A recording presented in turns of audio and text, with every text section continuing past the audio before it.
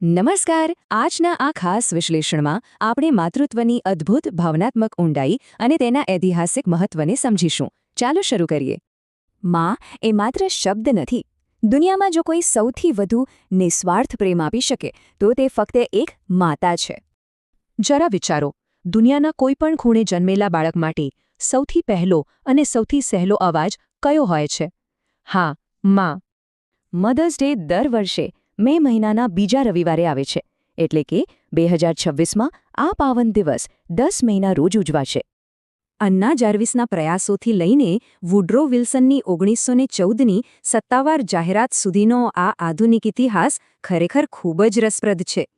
માતા માત્ર જન્મ નથી આપતી, પણ તે સમાજની સૌથી પહેલી શિક્ષિકા અને જીવનભર માટે પ્રેરણાનો એક અખૂટ સ્ત્રોત પણ છે.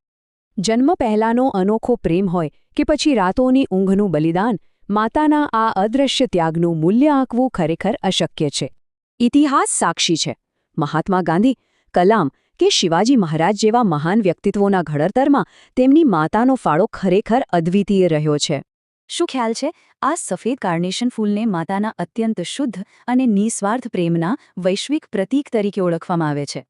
ભલે દુનિયાભરમાં ઉજવણીની તારીખો અલગ અલગ હોય, પરંતુ માતાનું સન્માન કરવાની આ હૃદયસ્પર્શી મૂળ ભાવના તો બધે જ સમાન છે.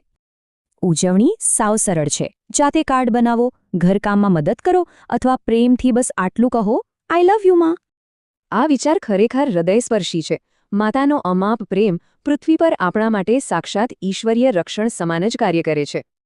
આ ગહન વિચાર એકદમ સાચો છે. માતા એ આપણા અસ્તિત્વમાં રહેલા પ્રેમનું સૌથી શુદ્ધ અને અત્યંત પવિત્ર સ્વરૂપ છે. ટૂંકમાં સમજીએ તો પ્રથમ ધબકારથી લઈને પ્રથમ પ્રેમ સુધી માતાની મમતા માનવજાત માટે ખરેખર અનંત, નિસ્વાર્થ અને બિલકુલ અમૂલ્ય છે. અંતે એક વિચારવા જેવો પ્રશ્ન.